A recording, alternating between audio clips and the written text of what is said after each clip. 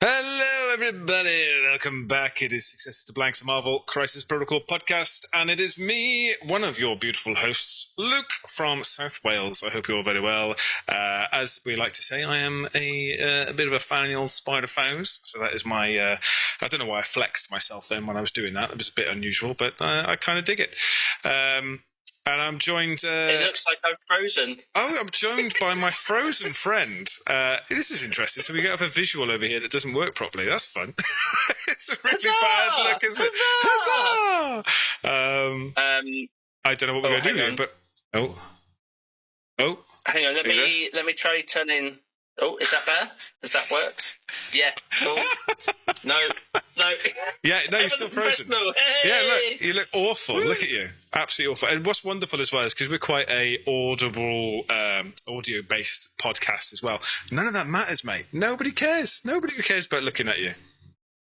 No, it's true. It's true. Really Even my sad. partner feels the same. I know. Bless them. Wherever they may be. Have you ever, what's that film with Sandra Bullock? Is it like Bird Box or something like that? Speed 2. Speed 2, Need for Tokyo Drift. Yeah, no, is it Bird Box where she has to wear the blindfold and kind of wander around the house? That's kind of how my partner prefers to act around me. Sounds like Pretty Woman to me, but that's probably a different version that I watched.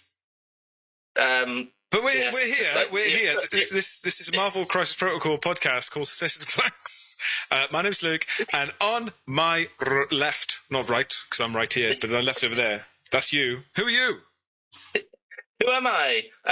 My name is Duncan, from the title sequence for the audio listeners who weren't able to see it because they're either driving or indisposed. I am the Kingpin of Bristol MCP. And what kind of Kingpin activities have I done this week? I've eaten lots of cake. Yeah. There you go. Yeah. Kingpin. Why have you eaten lots of cake, Famously eater of cake. Because some of us turned a young 30 years old on Saturday. Some of us didn't, but you weren't one of those people. So no, I had my 40th birthday, and it was lots of fun. It was giggles, and it was happy fun times. So, well, from the very depths of the valleys of Wales, we wish you a very merry birthday, Penblwydd Hapus Cariad. Oh. We want to wish you the very best, Duncan. Well, do you know how people our lovely listeners could wish me the best, Luke? Oh God, do you know how they could do that? I dread to think, mate. They could enter our competition. Oh, thank God. I don't know. Our month-long competition to win a dice tray, and we got it wrong last time, but I got it wrong. What is the phrase that they need to put in the comments, either on Spotify or YouTube, to win the lovely dice tray? Give it to me. No, it's give it to me now. I don't care. It's give it to me or give it to me now. I'll take it now or later. It doesn't matter to me. Essentially, just put anything in the comments. Just tell us how much you love us, please. We want to be loved. That's all we want. Yes, give it. I thought it was give it to me, but there are people saying give it to me now. I don't listen to this show, so I don't know what I'm saying. That's a lie, as my wife will quite clearly attest to. I listen to this show too much. On the way to Swindon a few weeks ago, we were all in the car. I was driving down, and I said, right, here we are then, boys. We're going to listen to Success to Blanks for the next 3 hours. And accidentally, it just came on my Spotify. So this is awkward. How funny. But there we are. Yes, wonderful. So we're going to talk to you for the next 55 minutes, because we've already been chatting crap for 5 minutes, about Marvel Crisis Protocol. I promise we're going to talk about MCP. And as my beautiful colleague rightly says so, we're going to keep the competition going. We're going to have another week of this commenting, liking, subscribing. Don't forget, you must like and subscribe to either the YouTube or the Spotify. Don't have to do both, but please, it'd be great if you did both, and you'll be entered in. So what I was discussing, I haven't talked about this, Duncan. What do you reckon? Should we say that people can enter again? So even if they've already entered last week, they can enter again this week, and it will count as a second entry. Why not?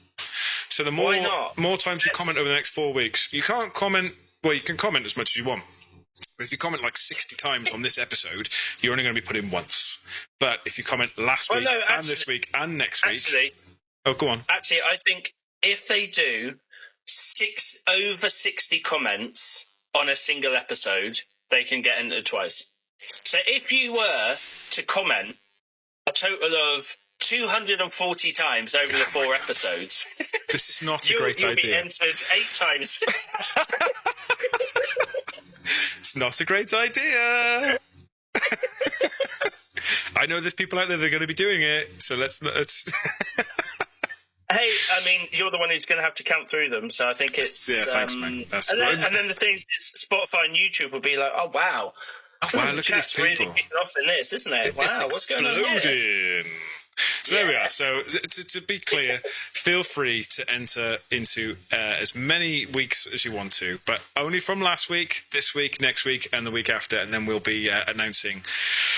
Maybe we'll be announcing it at a UK Games Expo, or we might be announcing the Monday afterwards. Who knows? Who knows? But it will be the end of May. It's the 31st of May is the last time you can comment to be in for the prize. Don't forget to like and subscribe. Let's get on to our first section, old Dunky my lad. Shall we go for it? Woo! Strap in. Strap in, kids. Here we go. What you working with? What you working with? What you working with? What you working with? Yeah. Yeah. And it's the time of the week where we all get to scream in our proud and happy voice, Yo, Dunks! What you working with, baby? Do you know what? I think you should go first this time. Oh. Well, that's not how this works. Yeah, because I always have to take the lead. So Duke, what you been working with? What you working with? Well, I was going to say the same jokes that I said last time. Just a bit of self-doubt and depression, really. But I am really enjoying... I'm still enjoying She-Hulk. I just keep coming back to it all the time, just doing little bits and bobs, just sort of helpful little bits and bobs to make it better. What I would do, right, to make this section better, Duncan, is I think we need some photos. We need some photos to show off how beautiful these things are. Regardless whether it's mine, yours, or the viewers, I would love to see some photos. So perhaps next week, if you fantastic people out there would like to email us at successes2blanks@gmail.com, which is just there, just next to me, and I will try and get some of your photos up to show you what you're working with, because sometimes there's nothing to show, which is sad. How about you, Duncan? What are you working with? I mean, is it worth commenting on the fact that there's maybe a deeper psychological issue at hand here, in that you just can't not finish She-Hulk? There's always another bit to work on, and that you can't just let it go. Do you know what I mean? Don't do it. No. No. I mean, I'm not going to. Oh, okay, thank you. Yeah. No, so I mean, I've already done Let It Go, like on another episode. I can't do a repeat song. Well, I mean, I'm making the same jokes, so you can do the same songs. Yeah. So what I am working on, I'll just clean the brush so people can see, is obviously we have a whole new set of Crisis coming out, and I'm going to hold this up for the camera so people can see. Is I got some Crisis tokens made, so there we have our reds, lovely like that. Now, pretty much most of the new reds have an exhaust, meaning that you need 2 tokens on the table. So here we have the purple. So the purple goes underneath the red. So then when you pick up the red, you can clearly see that's where the exhaust point comes from. I believe the tokens coming out from AMG are reversible, which is going to be perfect, isn't it? Because nothing says accurate placing like picking up a token and flipping it over onto the other side. Absolutely. To show whether it's exhausted or not exhausted. So that's super exciting. And then the other part is the blue tokens. As you can see from the design in the camera, there is, I'll describe it for the audio listener, there is a crosshair type design on the token, and I'm painting them so that, and you can see one that's here in progress, so it has the arc zone for our X-Men Infiltrate. So you made a lot of effort on there. For something that's potentially not going to be happening in competitive play, or not? Well, no, they've announced that the X-Men Infiltrate is part of the rotation. No, I get that, but the extracts and are we actually going to do that though? Like, as a TO, I'm going to be like, no, that's not going to be allowed. I'm going to be removing that as part of the pack. I think I think a lot of people have a lot of kind of I've been listening to other content creators, shock horror. Like, how dare I? Well, how was you going to steal their ideas if you don't listen to the podcasts? But a lot of people, they weren't expecting some of these crises to be in rotation, and AMG have gone, yeah, you know that one which sounds like it's going to be an absolute ball ache to TO, and to try and like mitigate and figure out whether it's in the zone, has it moved, has it nudged, all of that. Yeah, we'll stick that in. Stick that in. Sounds great. Let's do that. So that's what I'm working on today. Other than that, I've been working on doing some goats for the Chupacabra board. Those are almost finished. I added some trees to my Long Yeet Safari Park board, and it now makes it look a lot more complete because there's a few kind of little gaps because it was just animals and baby animals on the board. And road tested that, and it's just lots of scenery and terrain basically. So been a busy boy. Yeah, nice. I'm glad to see that you have nothing else going on in your life, so that's really good. That's nice to see. No, not like it's a whole 40th birthday celebration weekend, or like running a small business full time, or any of those other bits and pieces. It's nice to feel that relaxed. Yeah, you're that relaxed. It's great. It's good to see. So yeah. There you go. I mean, I suppose the other thing that's worth noting, actually, from the weekend, is like the shocking news of what happened on, I believe it was Saturday. Did you see that? Shocking news on Saturday. Was regarding MCP. Maybe we'll save this for the news section. Okay. Yeah. All right. 17 die in bus crash. Wow, that was shocking. You're absolutely right. That was shocking. Yeah, it was shocking, Yeah. It's weird that you brought that up on this podcast, but there we go. So for everyone who is listening, make sure that you send us in your pictures. We had the guy running the What About Me list at the event. He's almost now finished fully painting that entire roster, and it looks fantastic. So I will grab the pictures he's put on our Discord and send them over so we can flash them off next week. Yeah, and just to confirm, when we say send your pictures in, we mean pictures of the MCP models that you are working on. That is the only or pictures. Your feet. No. Or your feet. No. That's for Luke. Naughty boy. I'm more of a hands man. I want to see all your hobbit claws. That's what I'm looking for. Absolutely. Wonderful. Right, moving on. Anything else you want to talk about what you're working with before we move on to our next section? Let's speed through. We're enjoying this. No. I'm all good. Well, I think we need to refresh our palate a little bit, Duncan. Shall we play a game? Ooh, what's the game? Wink Murder. We're going to play Wink Murder. Wink? Is that what you said? Wink? Yeah. Good. No. Why did you think I said twink murder? Yeah, we're just going to go around and I don't know what the verb to twink is. If you, people at home, know what the verb to twink means, say it below in the comments. Oh, dear. Right, we're moving on. Woohoo or poo-poo. Let's go. Yes.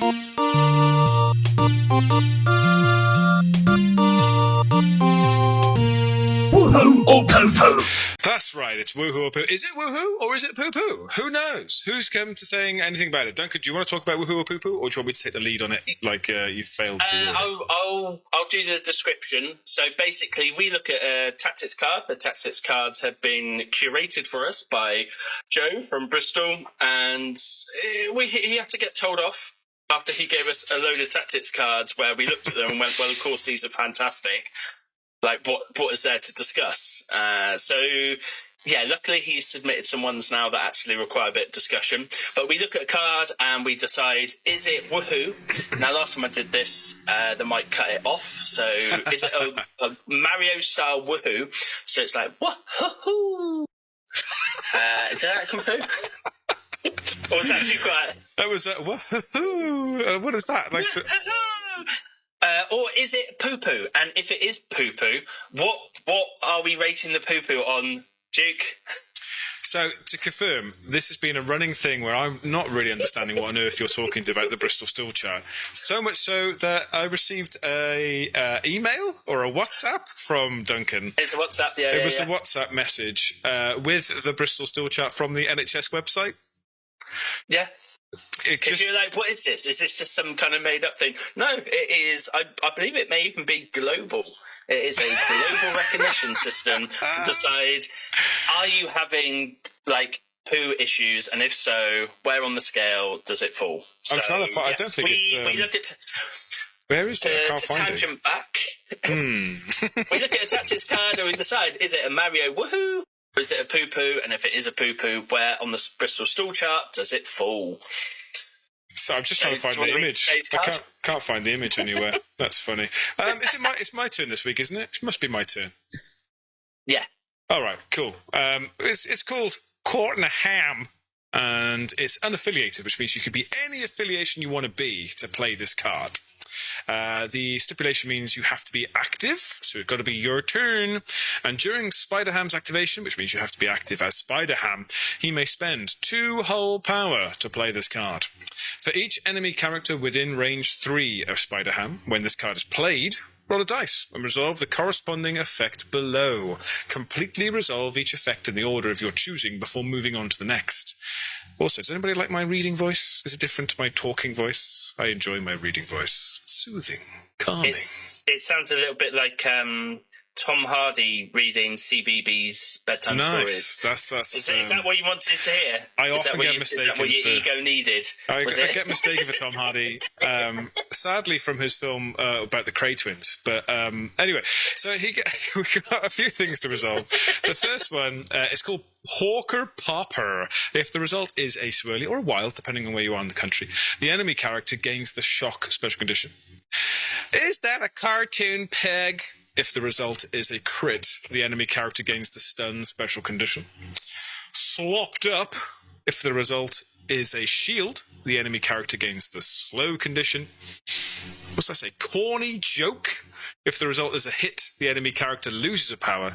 Oh no! If the result is a skull, the opposing player places Spider-Ham within 2 of his current position. Is it a woohoo or is it a poo-poo? Discuss. Okay, so to start off, before we even get into the main text of the card, I think it's worth noting that this almost needs a separate woohoo or poo-poo, just because of the titles of all of the different sections involved with this. They've obviously been having a fun day in the office. You know, it's not like a serious, here's a Tony Stark card. We have to be serious and name it like Iron Man Pepper Potts, whatever. Like, boring. They've literally just gone, we get to be funny, yay! Do they? Is that what they did? Is that what they were? I mean, they've tried. I appreciate it. Good. So, yeah, this card, it's Jeopardy, isn't it? What is our favourite thing about this game? Yeah, well, there is Jeopardy. It is... yeah, go on. Yeah, go on. I won't interrupt you. So, the fact is you've got, 2 blanks on the dice face and a skull. So you're looking at a 3 in 8 chance that it's not gonna be effective. Yeah. Yeah. It's pretty good outcome. The conditions, most of those are all very useful. Like losing power, fantastic. Slow, obviously works superbly well for webs. Yeah. Done. Again, great. Shock is webs being a little bit susceptible to getting slapped in the face. It's all bonuses, basically. And range 3 of a small base, although it may not seem as great as range 3 as a large base, it's still a big area. You're looking at range 3 is 6 inches plus the inch or so for the base. So you're looking at, a 13-inch kind of radius. Yeah. Of characters that are then... And it's only 2 power. So you could have 4 or 5 characters getting affected by this. That's essentially half a power to affect a character. Which is interesting when you look at... So I was just bringing up Spider-Ham's card. So the idea behind Spider-Ham is that he's got his builder, which is it's a gainer, for his Porker hijinks. So just to confirm, a builder is when you are gaining power equal to the damage dealt, whereas a gainer is you just gain 1 power. So his Porker hijinks is a gainer, which, depending on what you roll, is giving out slow, stun, makes you advance, or makes the defender advance, or be pushed, rather, okay? What it doesn't do is do it... So if you've already given slow out, you're just giving slow again, for example. You don't get to add any extra conditions. So if the character already has slow, you can't give it something else. You're just giving it slow again. So this card doesn't really play very well with his gainer, which is what I was assuming it would. Does that make sense? Yeah, but it does offer a little... So basically, he's got his gainer, which is range 2, which can give out slow or stun. He's then got his regular attack, which isn't a gainer, or a builder, which gives out shock, because his spender, if they have shock and stun, gives out stagger. So this is, I suppose it's a super Jeopardy card to kind of go, okay, I've done one action, and I've done the gainer, and somehow I'm sitting on 6 power now, and I can have that option to do the spender, but I want to try and get stagger, so I'll do the card and try and get the wild and try and get out shock, and then suddenly they have... it's not great. It's not great for helping him hit his triggers, but conditions are fantastic in the game in terms of reducing the effectiveness of your opponent. Asgard, I think, we're going to see an increase in Asgard with the new Crisis. There's certain teams like Apocalypse with Gambit in it. Suddenly, Gambit having shock reduces the amount of dice. There's not many people immune to shock. So I think those are the ones that you're kind of looking to go for. Yeah. And it's worth noting as well that is the Into the Spider-Verse. I'm going to have to look this up a second. I believe it's when you roll skulls. It's just when you roll skulls, I think is what it refers to as. So this would count. This would count. You're pretty confident. I'm pretty confident. So I think it's one of those ones that if you roll in the skull and you're playing Web of the Spider-Verse, it's when it attacks, defends, dodges. So it wouldn't trigger with Spider-Verse. So it isn't. So it's not like Heimdall. So Heimdall doesn't. Okay, fair enough. Yeah, I said I was pretty confident. That usually means I'm wrong if I'm pretty confident. It's also worth noting. Let's say, for example, you target 4 people and you roll skulls on all 4 of them, and they're placing you. You are resolving the rest of the rolls because the measurement is taken before the first dice roll happens. Yeah, all right. Yes, we've all read the forum. You could, just making it clear. Just making it clear because we all make mistakes. I've realised I made a mistake with Wasp recently, and it's made me very sad. So. It's what happens when we have characters that we don't use, and we're suddenly using them a lot. So it's some.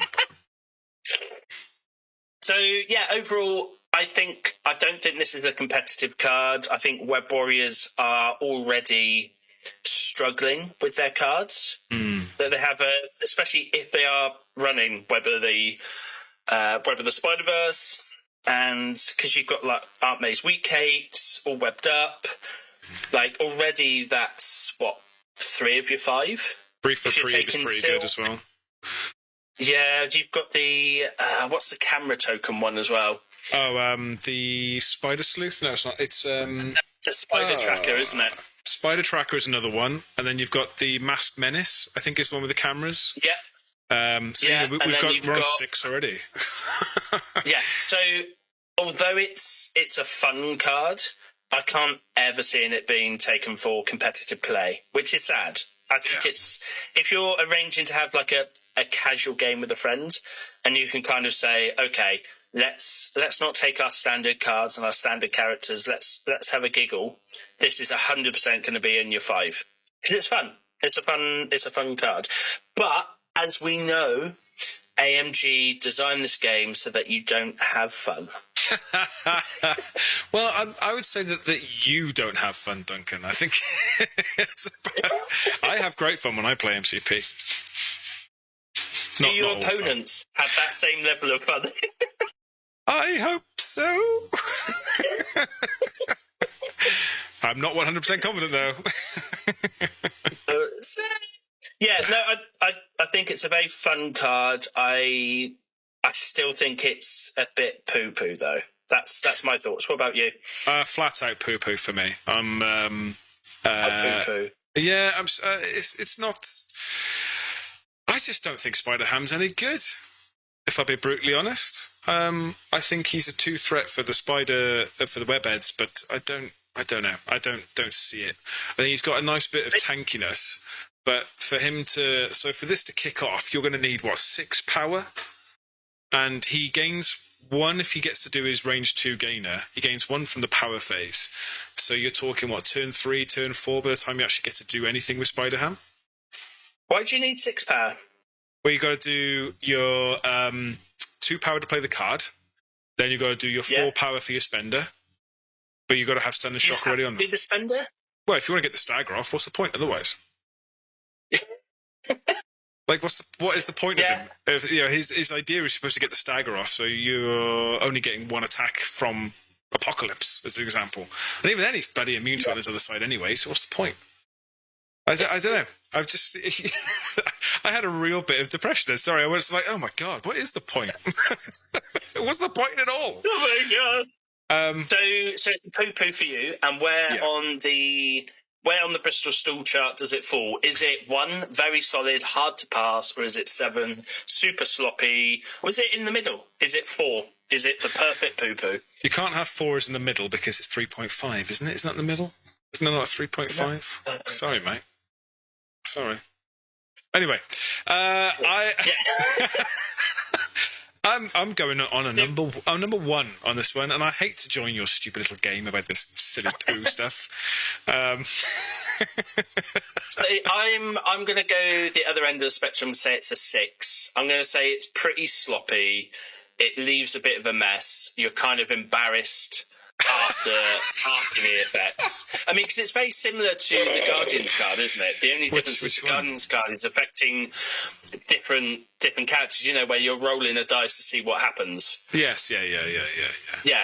So the difference is you're affecting multiple of your own characters who can then do potentially out-of-turn actions.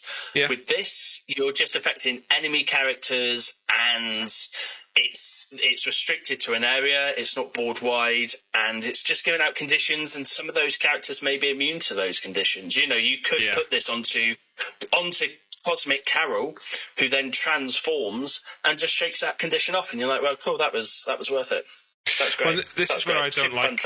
I don't like the card and the character specifically because the synergy with Web Warriors, I just don't think it's there. It just doesn't work as a long-term Spider-Foe player. I can see how this doesn't help Web Warriors. Doesn't help in the slightest. In that case, shouldn't you be advocating for it? As a long-term Spider-Foe player, this is the best card you can put in. Yeah, make sure you ruin your team. Ruin that stupid Peter Parker by sticking Spider-Ham in your list. I don't know. It's just one of those things because even when I've played against Web Warriors in competitions, I don't see Spider-Ham being played as much as I thought he would be. So I don't know. It's just my 2 cents. I think everyone was excited because it was like an affiliated 2. Yeah. But a lot of Web Warriors players play Wong. Now, for some of our newer players who are listeners may not know, Wong always has been, and I think always will be, an honorary Web Warrior. 100%. He's not affiliated, but he offers so much to the team. And if you're looking to take a 2, you could also take Ham and go super wide. Because if you're taking Ham and Wong, and then let's say you go old school Miles, you're taking Ghost Spider, already you've got 4 characters at 10 threat. Mm-hmm. So you could go super, super wide, but I don't think like, other than helping to reach affiliation, like, Ham's doing much for the team, other than... Yeah, but, I mean, I've had games where Ham has won it from my opponent, which has been very frustrating, because you just can't quite do the damage. Yeah, But he does realistically, reduce a lot. going back to the topic at hand, I don't think this card is helping him in any way. It's fun. It's a Jeopardy. Who doesn't like to gamble? If you do have a problem with gambling, please seek advice. But yeah, I think it's... Yeah. But yeah, it's a sloppy number 6 on the Bristol Stool chart Poopoo for me. There we go. So we obviously want to hear from you guys if you are on the same level as us. Is it a poo-poo for you, or is it a woo-hoo-hoo-hoo-hoo? We like to do a little poll on Spotify, and you get to place your vote there. We do one every week, and last week's one was Bounty Hunters. And we got... I think we all said it's a woohoo, didn't we? What did I say it was? I forgot what I said it was. Oh, I said it was a poo-poo. I said it was a poo-poo. Hang on, just going to quickly check it up again. Just going to reread, are you? Yeah, actually, I think this one's a poo-poo. Yeah, I'm sure we both said it was a poo-poo. And the majority of the audience agreed with us. 80% agreed that it was a poo-poo. However, there were some of you out there that thought it was indeed a woohoo. Sadly, you didn't tell us why. So who knows? If you are voting as a woohoo or if you're voting as a poo-poo, in the comments, just tell us why. Tell me why. And there you go. Oh, so you're slipping in the songs now, is it? Jesus. I just slipped one in there, sorry. I do apologise. Sorry.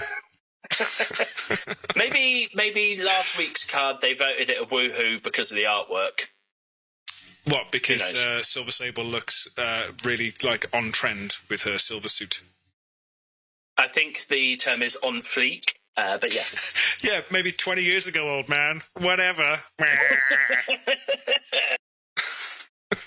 So, yeah. You could drop that skimmy right now, old man. Right, should we get back to the Riz that is our next section? Yeah, 6-7. I hate children. Right, let's move on. Next episode.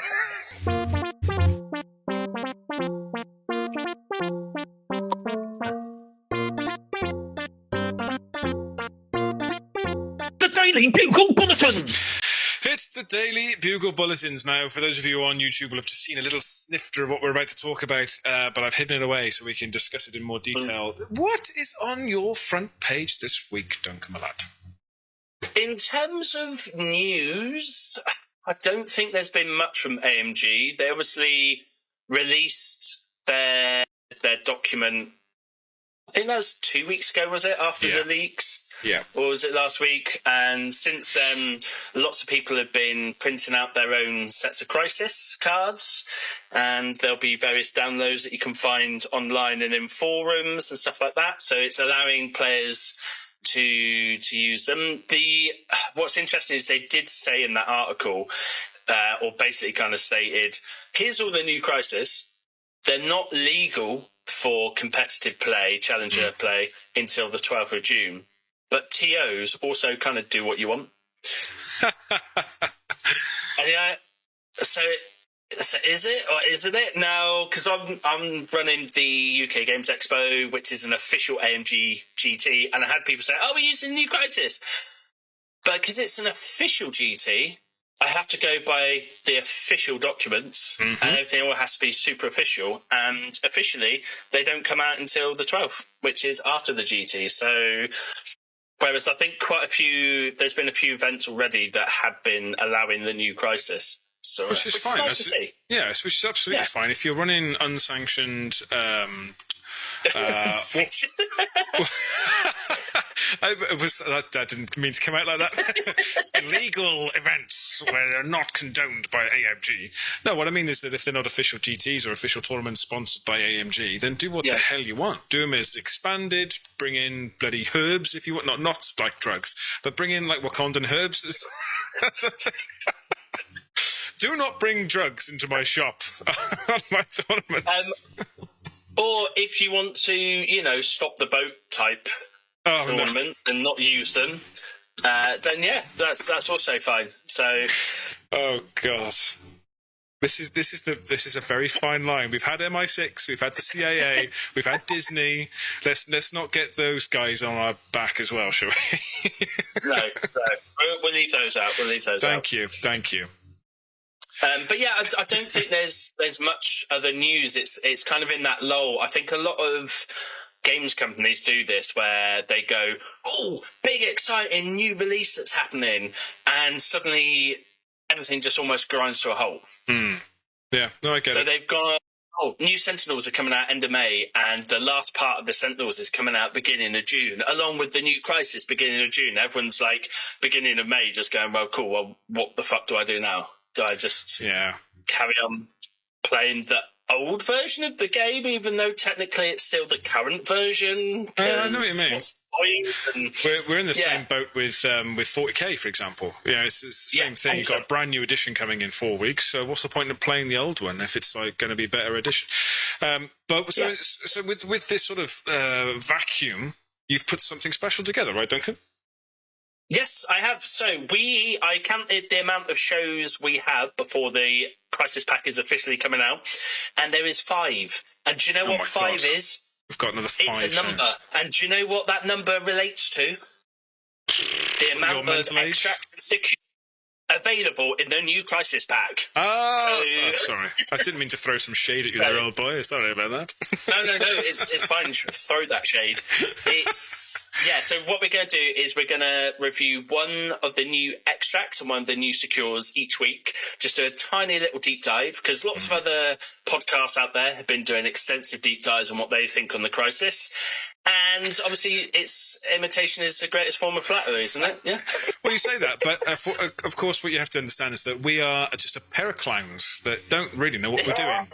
But we enjoy it. We enjoy the ride. We enjoy the show. So hopefully you do too. So what we've got here is the image of our first 2. And funnily enough, just to sort of correspond with that clownish behaviour that we talk about, the first 2 we're going to talk about are old ones, not new ones. So we're going to talk about the blue, or the secure, lockdown. Sorry, I was got an exclamation mark at the end of it. Lockdown! Security systems. Stimmy breakout. Lockdown! And we're going to talk about the extract, which is jailbreak leads to mass mutant escape. So one's an 18, one's a 20. Now, do you want to... You take lockdown, and I'll take jailbreak. Yeah. Go for it. Talk to me about lockdown. So obviously, these have been in the rotation for a while now, because they kind of got revealed, and AMG added them to the official document, and it's an interest. So you probably would have played these already or be aware of them. The thing to take with lockdown is it's an 18 threat. There are 4 points on the board. I won't read out all the text because it's pretty straightforward. Yeah, we can summarise. But the main difference with these is that with lockdown, you're contesting within range 2 rather than range 1. So the difference of range 2 and range 1 is, it's 3 times the distance. So your range 1 is 1 inch, range 2 is 3 inches. So if you're having to suddenly move across to contest another point, it's far easier to get within that distance. You can also have someone within range 2 on the north side of the objective, and then someone within range 2 of the south side of the objective, and the distance about how far apart they are, I believe, is over range 3.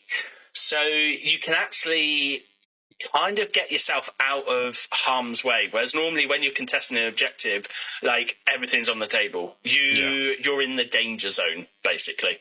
Now, the fun thing with this Crisis is it starts off with 4 points on the board, and then at the start of... essentially the start of turn 2, because you do it in the cleanup phase, you roll a dice, and depending on where the dice roll lands, one of those objectives gets switched off for the following turn. Now, whenever I played this, it always gets switched off on my side first. Sure. It's only fair.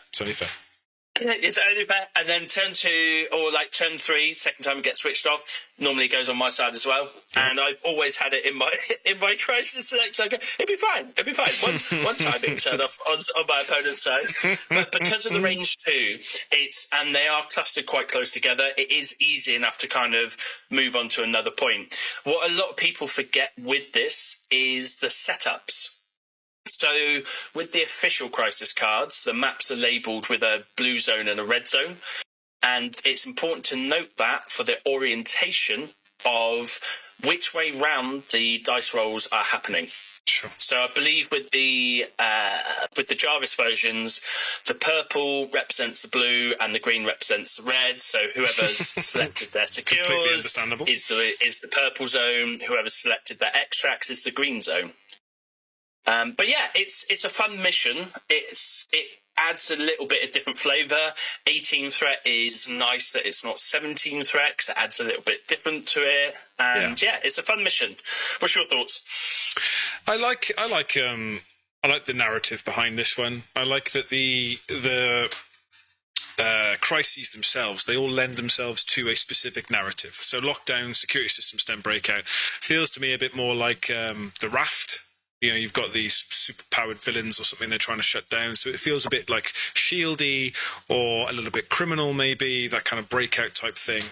So it lends very well to those teams. Like Criminals on Lockdown is just horrifying. That's disgusting. Horrifying. Yeah. When you think of that range 2, and every criminal counts as 2, you can get a significant amount of dudes just hanging around. Also, just out of curiosity, how far away are the blues from the central point?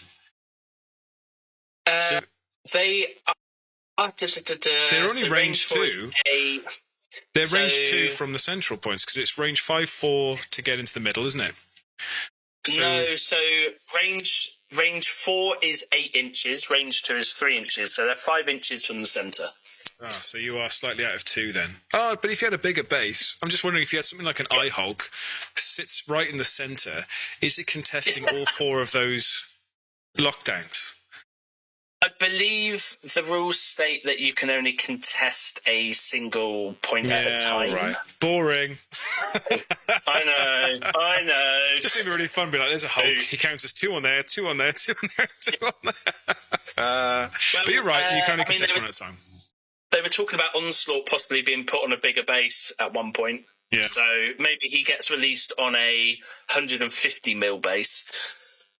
Whereas currently the larger size is 65 mil. You know, they just really ramp it up. Let's do it. Let's get them on. Let's get them on those ovals. Yeah. But yeah, it's a fun mission. No, I like it. And I like that it changes. So I like because this we've talked about this before, that it feels like it's more of a Shatterpoint style mission where you've got objectives turning off, turning on. You've got to move to make sure that you're scoring. So I like it. I do like it. And I think it does work from a competitive scene, regardless of whether you are unlucky enough to have it kick off in your side all the time. It just drives that aggressive feel to it. So if it's in your list, make sure you've got things that are fast and things that are tanky and things that are fighty. It's not a difficult request, is it? It works really well for teams that have charges. Yeah, definitely. Or characters that can kind of self-place. Yeah. So, for example, Moondragon with the gem under Adam Warlock as well. Love this mission. Yeah. Because suddenly, if it gets switched off, they can displace their opponents, place themselves, do a charge, and suddenly they were sitting on a point that switched off, and suddenly they're not. Yeah. And whereas other teams who are maybe running something like Shadow King, who's medium size base with a short move or slow move, as I prefer to call it, he struggles on this. There you go. Well, yes, let us know your thoughts in the comments below. But we're not on its own. We've got a extract to talk about, which is Jailbreak leads to Mass Mutant Escape. This is a 20 threat, and I had the glory of playing this one on Friday daytime. So me and Hugh had a lovely game on this one, and it's the most frustrating mission that I've played for a very long time. So the idea is you've got 4 exhaustible cell tokens. Not Cell from Dragon Ball. It's not Something's going to absorb you. It's a red prison, essentially, that these mutants are escaping from.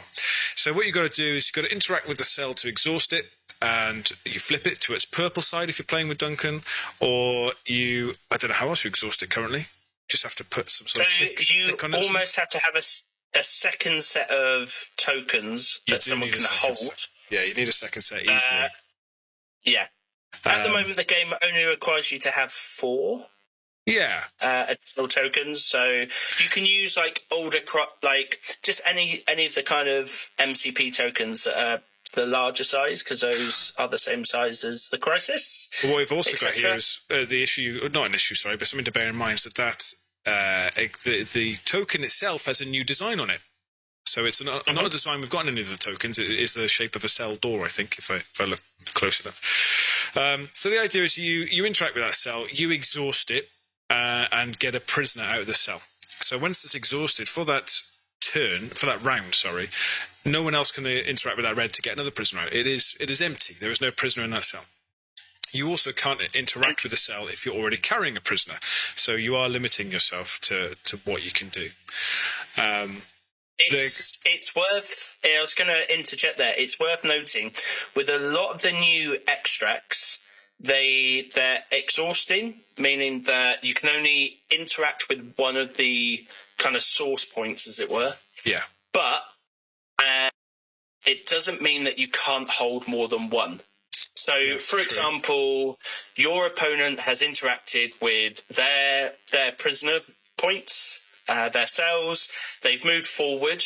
You've interacted with one.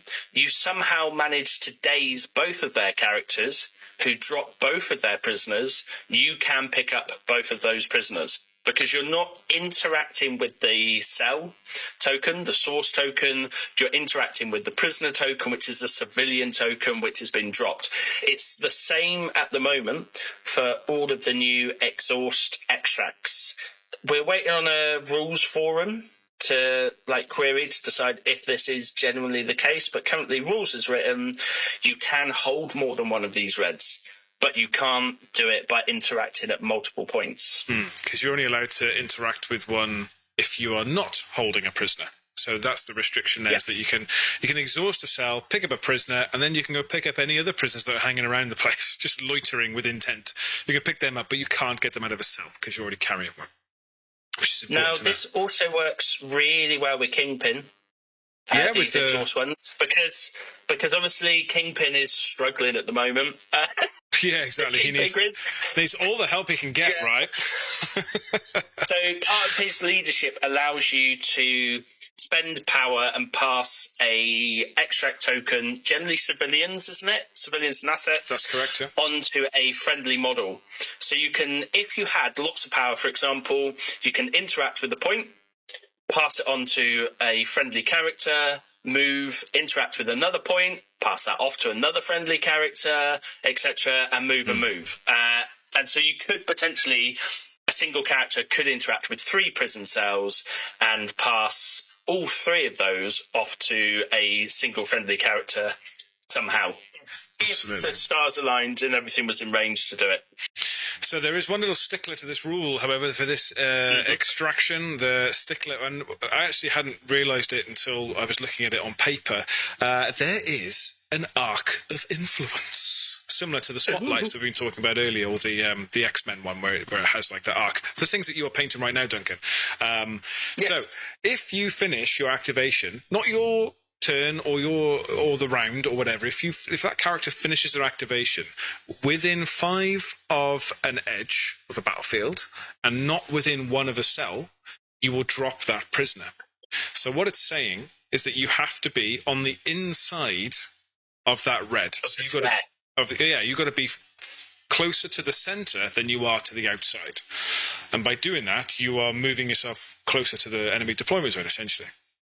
And that is a trap that I fell into so many times, thinking, this is bloody brilliant. I'll just move over here. Look, pick that up. And, oh, Christ, I can't move into the fucking 5. And I'm going to drop it straight away. So you spend that power, pick up the prisoner, and immediately drop it again because you finish your activation outside of the constraints. It's worth noting as well, If you are moved outside of your activation, outside of the square of influence, then you don't drop it. That's correct. It's Only no when you longer your finish. activation. Exactly, when you finish your character. So there's things, for example, you had like the 5-threat Loki, which makes you can move your friendlies in Loki's turn.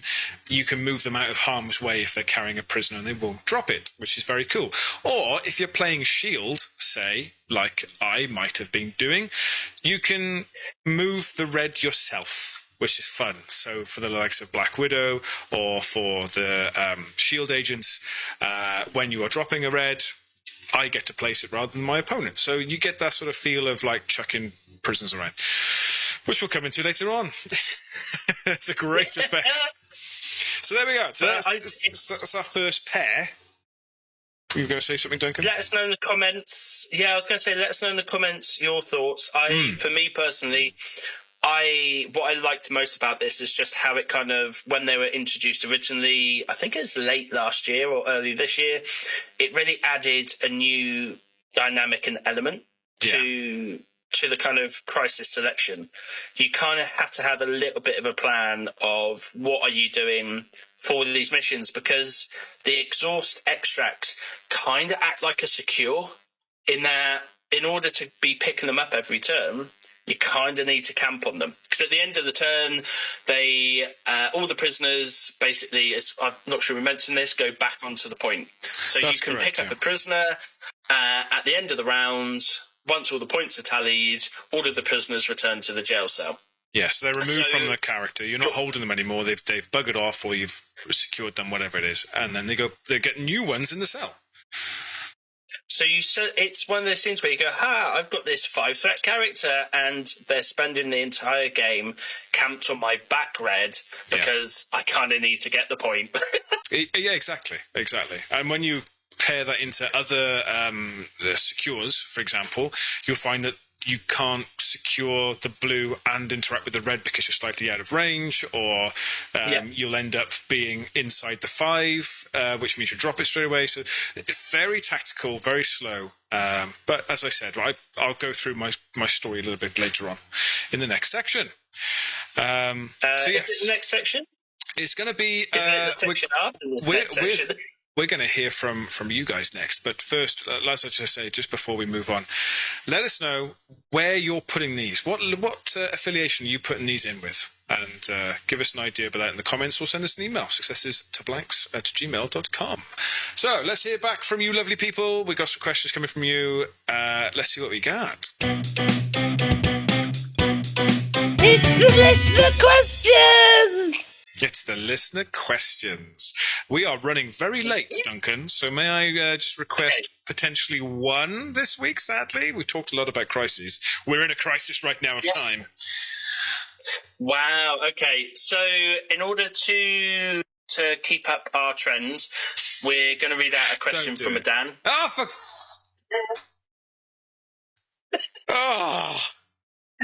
You said we didn't have any from Dan this week.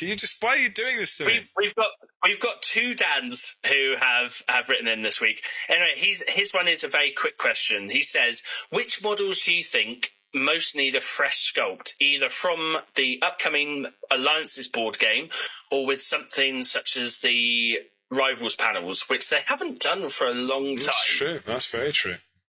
It's quite clear we need another Captain America sculpt is what I'm desperate for. Desperate for a Captain America sculpt. I tell you what, it's Crossbones. I want another Crossbones. I think for me, there's certain, having painted them, and my friend recently got into the game, and he's a phenomenal painter, and he often gives me kind of critiques because he's a GW fanboy, because like their models, the details, all of that kind of thing are very, very nice. And from a painter's perspective, hobbyist perspective, they're still king of the castle, and much, much better. But you're looking at some of the older sculpts, and they're a nightmare to paint. So characters like Storm, balancing on her wibbly-wobbly lightning. Scarlet Witch, some of her magical bits just broke during painting. It wasn't even as if I was manhandling it. You're literally like, your brush it's not even you're looking at the model, just the brush is in close vicinity to the model and it just snaps off and you're like, oh, for God's sake. So, yeah, I think it would be nice to get to look at some of those older sculpts like Scarlet Witch and Storm. Maybe having a new Storm. Because, I mean, the other thing is Storm is meant to be like a mega level mutant. Am I right in saying that? That's right. No, she's a 3-threat, mate. She's a 3-threat. That's what she is. Yes. So maybe having the Storm with the Mohawk from X-Men 97 and having her as like a 5 or 6 threat, like super, super powerful, might be quite good. Well, we're talking about remodelling, not talking about redoing the whole character. If we're going to do that, there's loads going wrong. but I mean, but often if you're looking at the Rivals panels, for example, like you're getting those, like, other than the original Doc Ock and Spider-Man one, they've all had additional kind of character cards and stuff like that. So, I would say the top of the list for me would probably be Scarlet Witch and Storm, just because of having to paint them recently or being on my painting table. And it's just like, why? Yeah, I get it. I get it. Yeah. I think I'd go along similar sort of lines. I would like... So they've redone the Avengers quite nicely, I think, over the past few boxes. Reboots, etc. I think it's quite nice. And if you go past that idea of the model represents the card and just go, well, the model represents which Captain America would I like to play today, and you go, well, actually, the World War II Steve looks really cool, or, you know, like different types of whatever. If you get past all that, brilliant. You don't have that opportunity with things like the X-Men. The original X-Men set that came out, like you said, with Storm. Like, Beast is meh.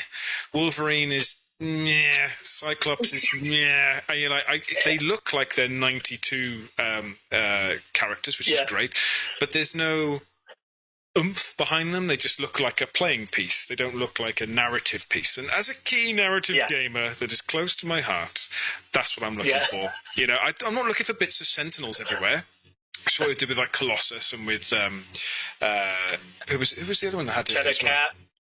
Shadowcat, I think. And Rogue's like just popping out of a sense. Like that's not the narrative I'm looking for. I want like big fighting poses and not like. Are you trying to say you don't want Beast on his favourite bit of scaffolding randomly in the middle of a city base, reading a book with glasses on? I mean, I love that. That's really cool. But you're in the middle of a fight, Beast. It's not the time to look at Dickens, is it? Come on, let's get on with it. Punch someone, for God's sake. So yeah, that would be nice. I'd like a reboot of the X-Men in more of a ferocious manner. Hopefully with a Blackbird as well. It'd be quite nice. That'd be nice. I'd be up for that. Yeah, I think it's more some of the older characters, like their original ones. Like, as much as it pains me to say, Hulk sculpt is guff compared to I-Hulk. Like, there's no dynamicism, and often people go, I'm going to buy I-Hulk and run it as Hulk, and you get some people at events go, that upsets people. It needs to be the exact model. We've had that firsthand. So much better. We've had that firsthand. It's like, oh well, I thought I was playing against I-Hulk, not Hulk. Well, I did tell you. the card's here. You can see that anytime you want.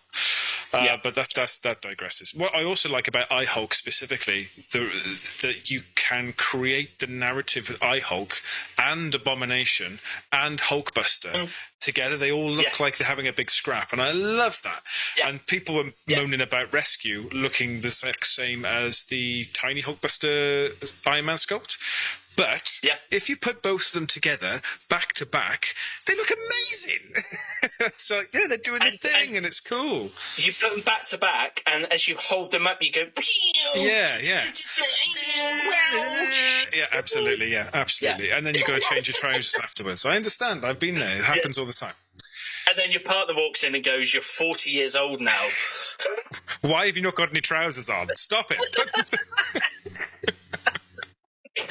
Anyway. Yeah, exactly. So there we go. So hopefully, Dan, that answers your questions to other people who we've not been able to read out your questions. Actually, we'll do another one very, very quickly. Oh, will we? Will we? Okay, sorry. Carry on then. Yeah, it's super quick. So this one comes from Jess.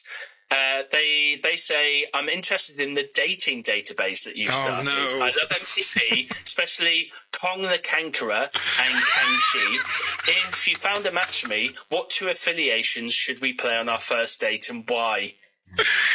She also says, P.S. What time does Luke go to bed, and can he recommend a good kebab shop in Pontypool? Okay. So a Cilla Black type question.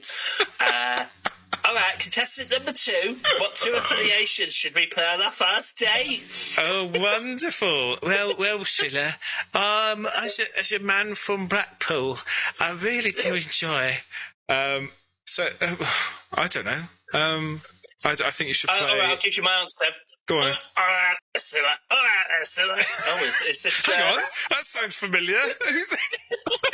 Are you doing an impression of someone? Is that what you're doing? Yeah. All right, there, Scylla. I would choose Wakanda because I'd love to pounce range 2 onto you. Oh, okay. I'm with you. Yeah. All right, Scylla. I would like to go. We'd do Criminal Syndicate because I'd count as 2. There you go. That's it. If that's what you want, that's what you get, Jess. To answer your other questions, what time do I go to bed? I never sleep. I simply wait. And Pontypool has the best kebab shop at Pontypool. You probably find it at the bottom of the River Lloyd. So there you go. All right. Nice. So remember to write in with your listener questions at successistoblanks@gmail.com, or you can leave us a comment on Spotify or YouTube, and we will, if we're not overrunning on time, attempt to read them out. Hooray! We love you, listeners. Keep coming in because they do make me tickle.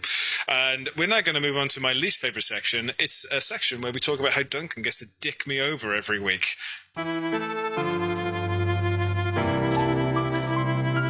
What about me?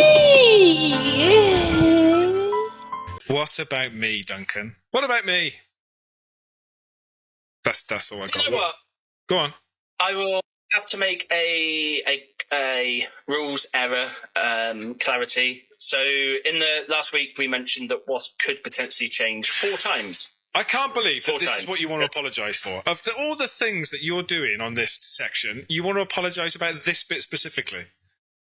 So on her large size and her small size, she has a superpower called change size, and it can only be used once per turn. Now, when I've been playing her, because I had the old stat card, I forgot that actually if a superpower has exactly the same name and it says only used once per turn, it means you can only use it once per turn. So I've been going, I'll go from large into small. I'll now hit you with the Spencer, move medium, change back into small, and now large, and I'll hit you with her builder, I'll change into small, and I'll spend a pound, change into large. No. So you can only change 3 times, not 4 with Wasp. That aside, after making the grovelling apology, I've been really enjoying Wasp this last week. Your challenge of putting into Black Order, I looked at that and I said, yes. And then I looked at it more and I went, no. Yeah, there you go. So this the continuing flippancy of your affiliations going, I wonder how I can make Wasp work the best for me and how it makes Luke's life completely miserable and difficult. Let's continue with that. Hooray! So I looked at Black Order, and certainly under Corvus there, and generally with Black Order, outside of affiliated characters, there is not much that characters get or add to the team. Like, it's not as if you're getting additional dice. That's the whole point. That's why I challenged you to do it. That was the whole point. It's basically just saying, take this character, which is already a little bit underplayed, and just make it worse. Make it worse. That's what I've had to deal with for the past 6 weeks, mate. That's exactly what I'm saying. But what I did instead is I looked at a affiliation which isn't used locally for us, and that is Wakanda Forever, and Killmonger 2, which is considered not a great character, but his leadership, you get to add a poison herb token to characters, and then once per turn they can exchange that token for an extra dice in their attack roll. If they don't spend it, then they take a damage and gain a power. Now, Wasp, on her small side, her builder stops characters from gaining power. It's 5 dice, energy. Energy is the best attack type in the game. So with the herb token, you can be putting 11 energy dice onto your characters, into your enemy characters, and they do not gain damage or power for damage dealt, which is a spicy meatball. It is 100%.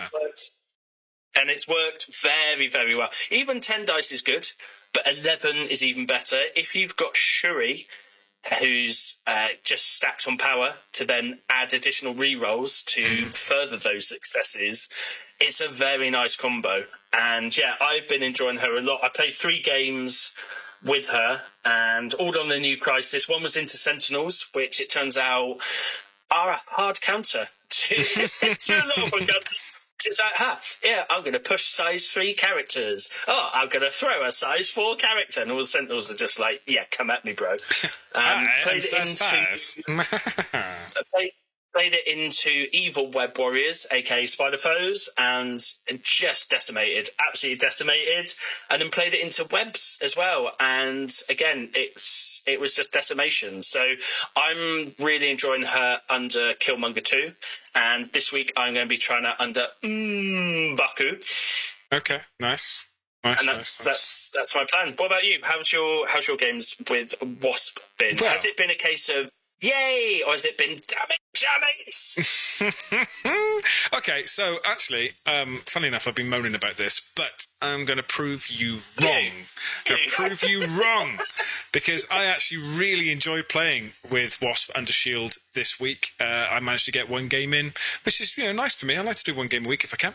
And Hugh and I, Web Warriors versus Shield, and I had a bloody great time. I don't think Hugh did, sadly, but. Janet was brilliant. So I played her the first week as a way to grab a red and then run away and try and just do the thing. If I've got a red, I'm on a blue. Here we go, nice and easy. But this week I tried something different and thought I'm just going to go for the blues because that's what she's really good at doing. She can't hold reds very well, so get her tiny. Go after the blues. Fantastic. But then we pulled out the jailbreak card. So then you've got to try and hold reds while staying in the angle, and suddenly you're cementing yourself completely. So Wasp changed her role straight away. I was like, I'm just going to grab this red and stay in this prison, and that's it. That's my job for the rest of the game. Unbeknownst to me, amazing Ultimate Spider-Man decided to come and have a crack at her. I thought, this is interesting. He thinks this is going to be easy. So, because the way that the Reds worked, the Reds came off Janet at the end of the turn, and they went around. So, beginning of the turn, Ultimate Spider-Man comes after Wasp. She braces with, she goes, here we go, this is going to hurt. And Ultimate Spider-Man did 0 damage to the Wasp. Ooh. 0 damage. So, a 4-threat character coming after a 3-threat. So, she transformed into Little Size as a reaction, so that she got to reroll all her defense stuff. She's Shield, she gets to reroll all of that, and she was within 2 of Namor at the time, I believe, so she was able to reroll her skulls as well. So I was just rolling dice for days. It was great. It was just so much fun. It didn't help that the Web Warriors were rolling really badly, and I don't mean a little bit, I mean a lot. There was very little damage coming in. But then I got to activate the Wasp, and she dazed Ultimate Spider-Man. Nice. And because she's on her tiny size using Stinger Blast as her builder, Ultimate Spider-Man received 0 power back from all the damage I was dealing to him. So then round 3 turns around, Ultimate Spider-Man has 1 power from the power phase, faced with a very angry Wasp. And she then does it all again and just kills him. Dead. Like nothing. Absolutely no chance at all. She then went into her long mode and started running around everywhere and started scoring points and stuff. She was brilliant. Partnered up with the 4-threat Black Widow. She had Namor on her side, and I also had... What was the other character that I had that played very little part of the game? What else? Oh, I had Nick Fury. I had Nick Fury on the side as well. So worked really well with the idea of picking up reds for free. So with the Fury agents dropping reds where they needed to and Black Widow dropping reds where they needed to, Wasp was absolutely clutch in that game. She was so good. Very, very impressed. The bit that I've noticed is if she can start her turn on 2 power, she can do a spender on her small size, which allows her, she has to transform. You get no choice about that. And they advance at them. Mm-hmm. Now, she has flight on both sides, so you're not restricted by the train and stuff. And And you can choose the order in which that happens. So you can either choose to transform first or then move. Yeah. But you're essentially placing a character within one and then getting a medium move. So it's a huge amount of post-activation movement that happens.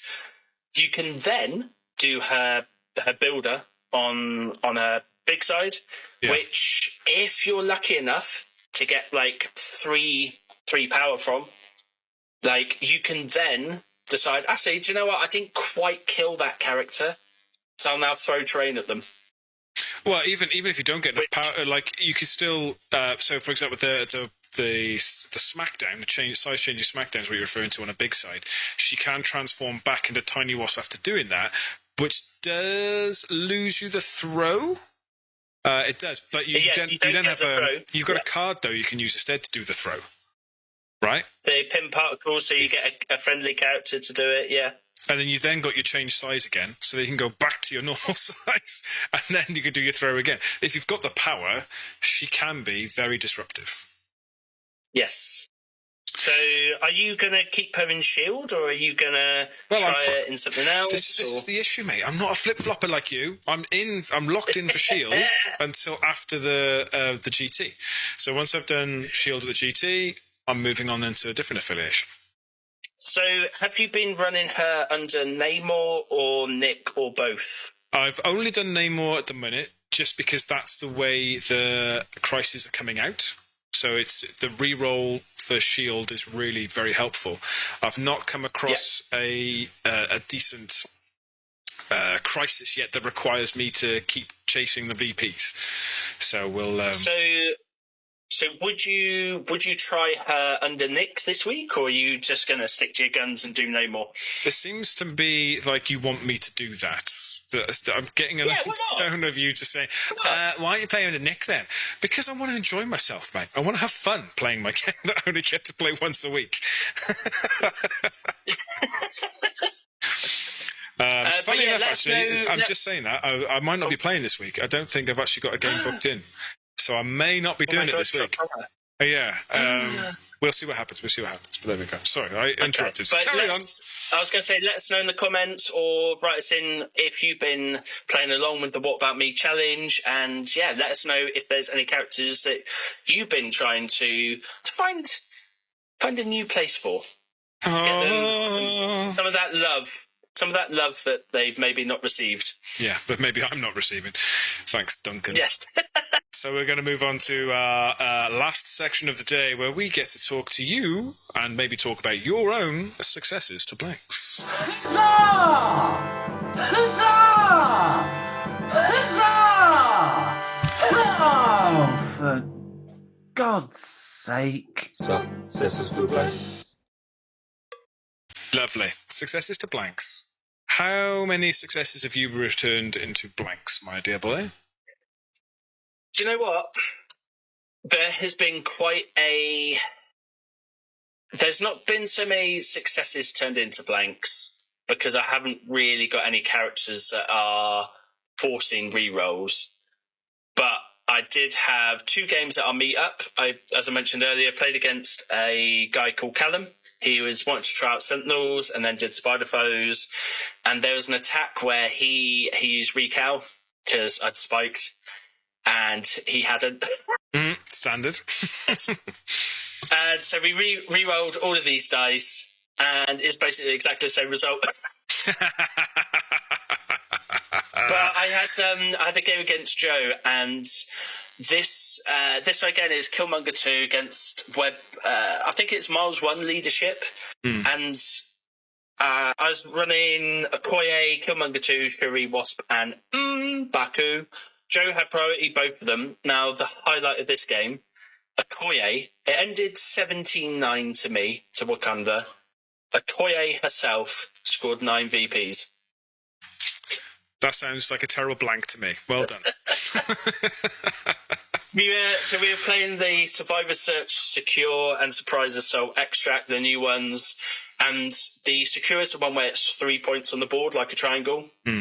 And the Extract is where there's 4 staggered in a zigzag, as it were, across the midline. And after turn 1, Okoye sat on the Secure, she's behind a tree. It's like a bit of scenery. Everything else is all kicking off elsewhere. And she activates last. She just moves onto the extract, picks it up, moves back onto the secure. Just did that another 4 times. Sounds perfect, mate. So the big bodyguard of the team just going, yeah, I'll have that. It's no problem. Yeah. It's just basically like the 2 threats scored over half of the points that the entire rest of the team scored. Yeah, Amazing. It was fantastic. But yeah, I've been having a lot of fun with Wakanda, and they're not plug and play, is what I've realised, and which kind of tickles my boat. And I did figure out a combo. I may have to look on the rules forum for this. So you got, is it Wakanda Forever, or the one where they all spend a power and then they can do a 0-cost attack for free? Yeah. It turns out Killmonger has a tactics card where he can do a 7-dice mystic attack. But Killmonger, but the Killmonger power 2? costed. I think because it's just called like Jalunda or whatever his main name is. I will never be able to pronounce that, so I won't even try. But the power cost of the attack is 0, is how it's written on the card. Yeah. You just have to spend 3 power in order to do it. And it is an action. So I think the way it works is if you've got 4 power with Killmonger 2, which is rare, you do Wakanda Forever for a power. You then have your attack action, and it is an attack action on the card as well. So you then spend 3 power to do the 0 power 7-dice mystic attack. I'm with you.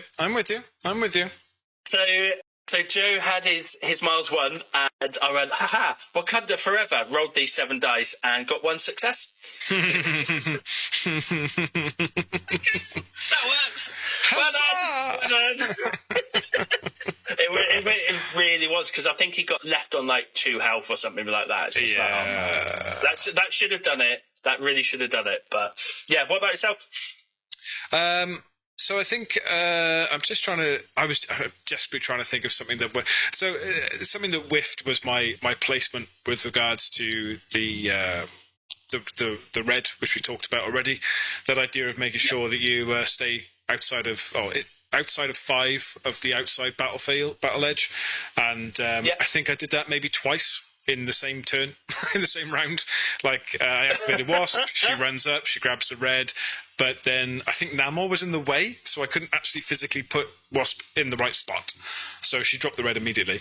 And then I did the same with Black Widow, who ran up the flank and exhausted my opponent's red before they could grab it. But because she then couldn't move into the spot because Ultimate Spider-Man was there, she then dropped the red immediately.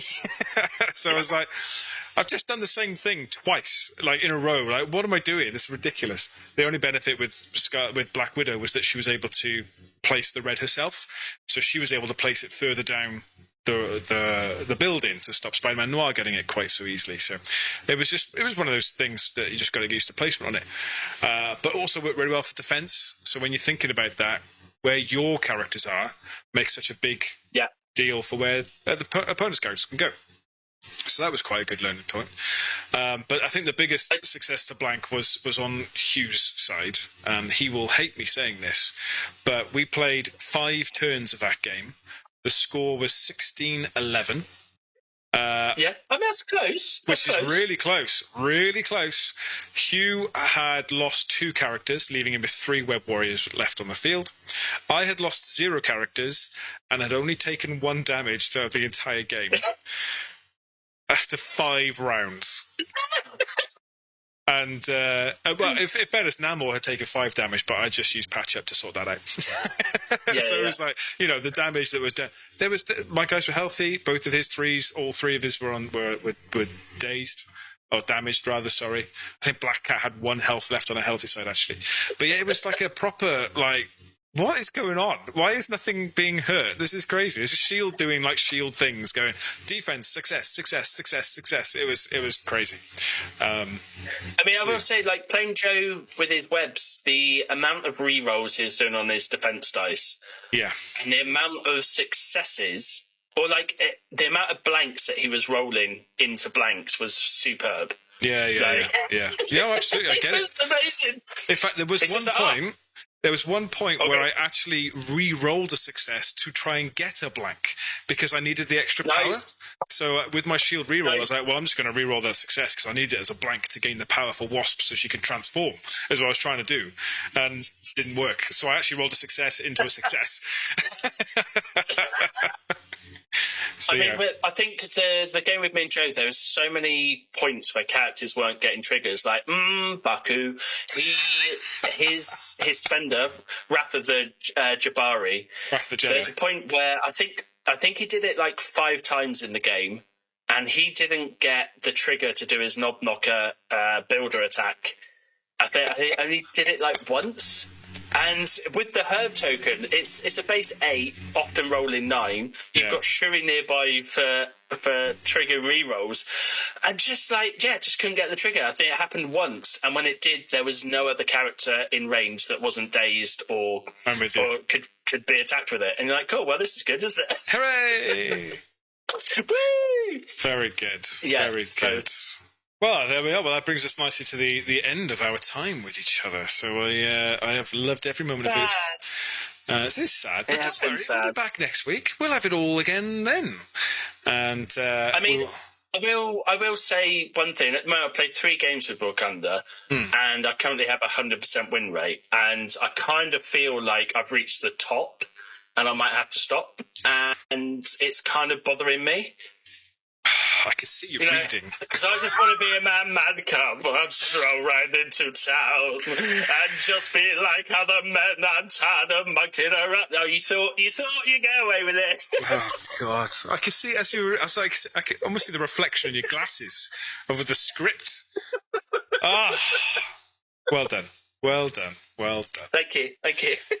There you are. You'll be happy with that, listeners. You've got to listen to Mr. Disney once more. Lovely. Yes, so don't forget next week. Yeah, don't forget to do the competition. Do the competition. Competition time. And what is it they have to comment to win this lovely dice tray? I will accept give it to me, and I'll accept give it to me now. I'll accept both. I'll accept one. I'll accept the other. But you must like and subscribe. Do it. Or face and remember, Duncan's wrath. if you comment over 60 times, you'll get two entries into the prize draw.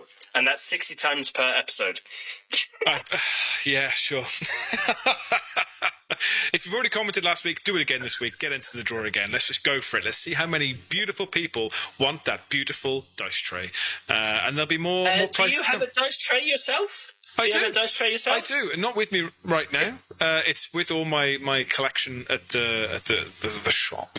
And it is delightful. I will post some pictures up on social media so you can see it all. And you can see how well it rolls into as well, because there was a wonderful moment where I rolled 10 dice and they're all blanks. So there we are. It is what it is, isn't it? It is what it is. So yes, stay in touch. Keep going. Keep the votes going. Thank you as always, Duncan, my feathery friend. Thank you, sir. Thank you, sir. Oh, thank you, sir. Oh, such you, sir. Oh. And we'll see you at the same time next week. Thanks for watching, guys. Peace out, yo.